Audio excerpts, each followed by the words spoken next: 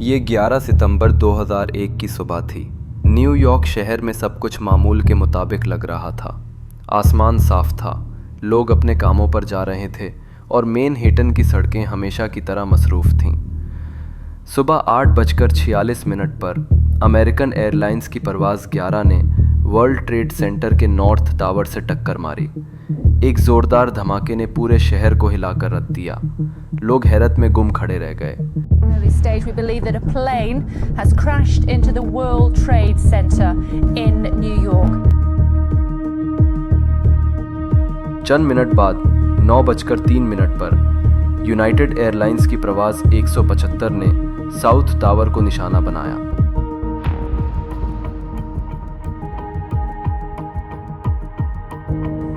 اب یہ صاف ہو گیا کہ یہ حادثہ نہیں بلکہ ایک منصوبہ بند حملہ تھا۔ خوف اور افراتفری پھیل گئی، لوگ عمارتوں سے بھاگنے لگے۔ نیوز چینلز نے اپنی نشریات روک کر براہ راست مناظر دکھانے شروع کیے اور امدادی ٹیمیں موقع پر پہنچ گئیں۔ 9:37 پر ایک اور طیارہ، American airlines flight 70 Pentagon سے جا ٹکرایا، اور 10:03 پر یونائیٹڈ ایئر لائنز فلائٹ 93 جو کسی اور بڑے ہدف کی طرف جا رہی تھی، پینسلوینیا کے ایک میدان میں گر کر تباہ ہو گئی جب مسافروں نے بہادری سے ہائی جیکرز کا مقابلہ کیا۔ 10:50 پر نارتھ ٹاور گر گیا۔ تھوڑی دیر پہلے ساؤتھ ٹاور بھی زمین بوس ہو چکا تھا۔ نیو یارک کے نچلے علاقے پر مٹی اور دھوئیں کا گہرا بادل چھا گیا۔ امریکہ پر حملہ ہو چکا تھا اور دنیا ہمیشہ کے لیے بدل گئی۔ لیکن سمجھنے کے لیے کہ ہم یہاں تک کیسے پہنچے، ہمیں کئی دہائیاں پیچھے جانا ہوگا، افغانستان کی پہاڑیوں میں لڑی جانے والی ایک جنگ کی طرف جس نے آنے والے واقعات کی بنیاد رکھی۔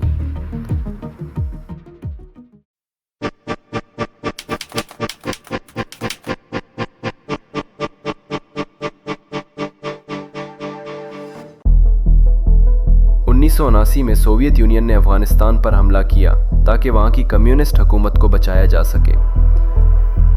یہ کولڈ وار کا زمانہ تھا اور امریکہ نے اس موقع کو سوویت یونین کو کمزور کرنے کے لیے استعمال کیا۔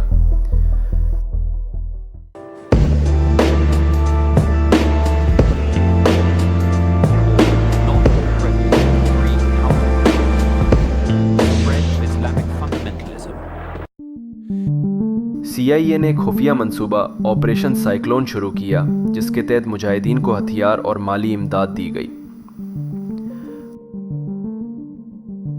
امریکہ کے ساتھ پاکستان اور سعودی عرب نے بھی مجاہدین کو تربیت، اسلحہ اور مدد فراہم کی۔ انہی غیر ملکی رضاکاروں میں ایک نوجوان سعودی بھی شامل تھا، اسامہ بن لادن۔ امیر گھرانے سے تعلق رکھنے والا بن لادن اپنے وسائل سے ٹریننگ کیمپس چلاتا اور جنگجو بھرتی کرتا۔ یہی نیٹ ورک آگے چل کر القاعدہ کے نام سے جانا گیا۔ 1989 تک تقریباً ایک دہائی کی لڑائی کے بعد سوویت یونین افغانستان سے واپس چلا گیا، شکست خوردہ، لیکن جنگ نے افغانستان کو تباہ کر دیا تھا۔ جنگی سرداروں نے کنٹرول کے لیے لڑائی شروع کر دی اور ملک افراتفری میں ڈوب گیا۔ مجاہدین، جنہیں کبھی آزادی کے سپاہی کہا جاتا تھا، طاقت کے لیے لڑنے والے گروہ بن گئے۔ ان میں سے ایک انتہا پسند گروپ جسے طالبان کہا جاتا ہے، غالب آنے والا تھا۔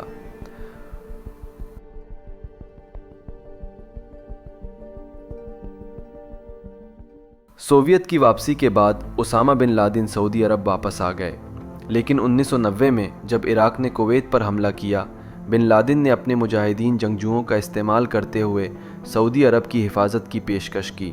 حکومت نے تاہم ان کی پیشکش کو مسترد کر دیا اور اس کی بجائے امریکی فوجیوں کو اپنی سرزمین پر خوش آمدید کہا۔ بن لادن نے اسے غداری کے طور پر دیکھا۔ اس نے مسلمانوں کی مقدس سرزمین میں امریکی فوجیوں کی موجودگی کو قبضے کے طور پر دیکھا۔ ناراضگی سے بھرے ہوئے اس نے سعودی بادشاہت اور امریکہ کے خلاف بولنا شروع کیا۔ اس کی انتہا پسند آئیڈیالوجی شکل لینے لگی اور 1996 میں اس نے باضابطہ طور پر امریکہ کے خلاف جنگ کا اعلان کیا، قسم کھاتے ہوئے کہ امریکی افواج کو مشرق وسطیٰ سے باہر نکال دے گا۔ القاعدہ نے 9 سے 11 تک کے حملوں کی ایک سیریز کی منصوبہ بندی کی، بشمول 1993 ورلڈ ٹریڈ سینٹر بم دھماکہ، ایک ٹرک بم پھٹا ٹاورز کو گرانے کی کوشش میں، 1998 کینیا اور تنزانیہ میں امریکی سفارتخانوں پر بم دھماکے، مربوط حملوں میں سینکڑوں لوگ مارے گئے۔ 2000 USS کول بمباری، یمن میں ایک امریکی جنگی جہاز پر خودکش حملہ۔ ان انتباہی نشانیوں کے باوجود امریکہ نے القاعدہ کی اپنی سرزمین پر حملہ کرنے کی صلاحیت کو کم سمجھا۔ انٹیلیجنس رپورٹس نے ایک آنے والے حملے کی طرف اشارہ کیا، لیکن بیوروکریٹک نااہلیوں اور غلط مواصلات نے مؤثر کارروائی کو روک دیا۔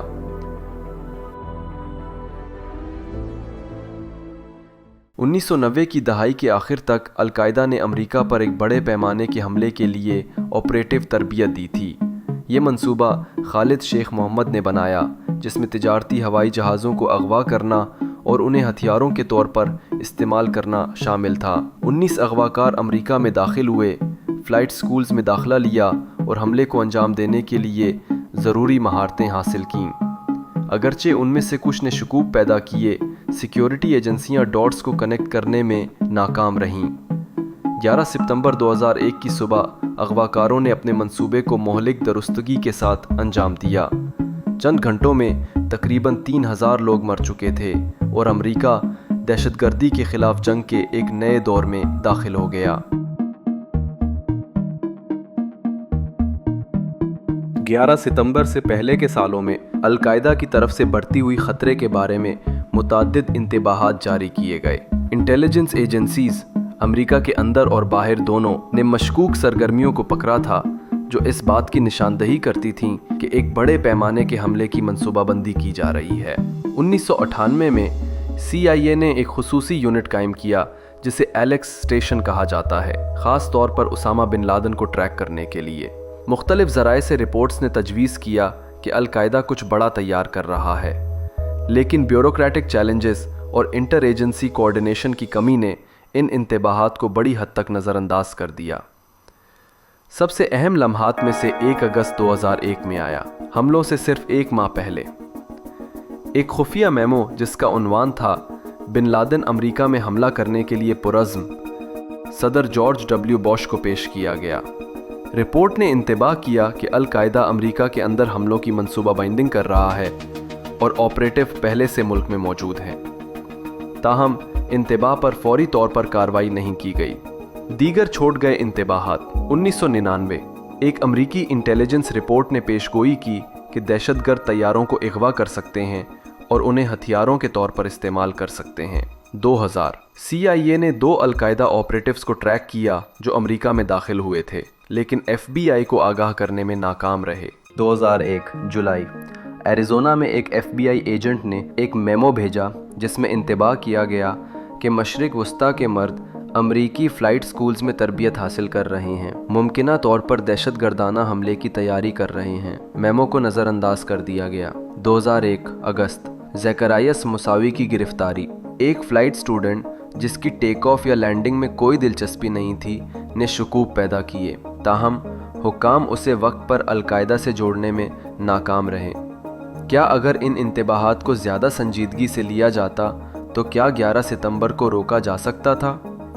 CIA، FBI اور دیگر ایجنسیز کے درمیان کمیونیکیشن اور انٹیلیجنس شیئرنگ میں ناکامیوں نے امریکی سیکیورٹی ایپریٹس میں اہم کمزوریوں کو اجاگر کیا، ایسی کمزوریاں جنہیں صرف المیہ کے بعد ہی ایڈریس کیا جائے گا۔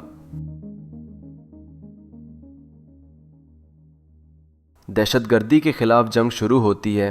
On my orders, the United States military has begun strikes against Al-Qaeda terrorist training camps and military installations of the Taliban regime in Afghanistan.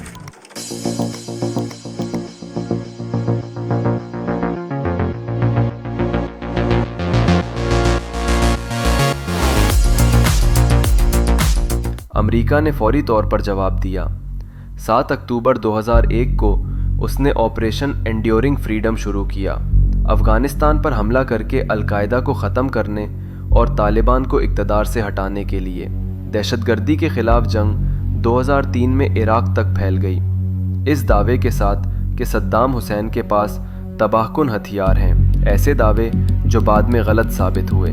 Afghanistan اور عراق میں جنگیں سالوں تک چلتی رہیں، کھربوں ڈالر اور ہزاروں جانوں کی قیمت ادا کرتے ہوئے۔ جبکہ القاعدہ کمزور ہو گیا، مشرق وسطیٰ میں عدم استحکام نے نئے انتہا پسند گروہوں کو جنم دیا بشمول ISIS۔ 9/10 کا اثر دور رس تھا۔ اس نے امریکی خارجہ پالیسی کو نیا روپ دیا، عالمی سیکیورٹی اقدامات کو تبدیل کر دیا اور تاریخ پر ایک ایسا داغ چھوڑ دیا جو آج بھی دنیا کو شکل دے رہا ہے۔ 11 ستمبر کے 2 دہائیوں سے زیادہ عرصے بعد افغانستان میں جنگ باضابطہ طور پر 2021 میں ختم ہوئی۔ طالبان نے دوبارہ کنٹرول حاصل کیا، کہانی کو مکمل دائرے میں لاتے ہوئے۔ وہ حملہ جو سوویت افغان جنگ میں امریکی مداخلت کے ساتھ شروع ہوا، افغانستان سے امریکی انخلاء کے ساتھ ختم ہوا، ایک ایسا ملک چھوڑتے ہوئے جو 1980 کی دہائی جیسا ہی تھا۔ لیکن سوال باقی رہتا ہے، کیا 11 ستمبر نے دنیا کو بہتر کے لیے تبدیل کیا یا اس نے لامتناہی جنگوں کا ایک چکر بنایا؟ اور کیا یہ سب روکا جا سکتا تھا اگر تاریخ نے مختلف راستہ اختیار کیا ہوتا؟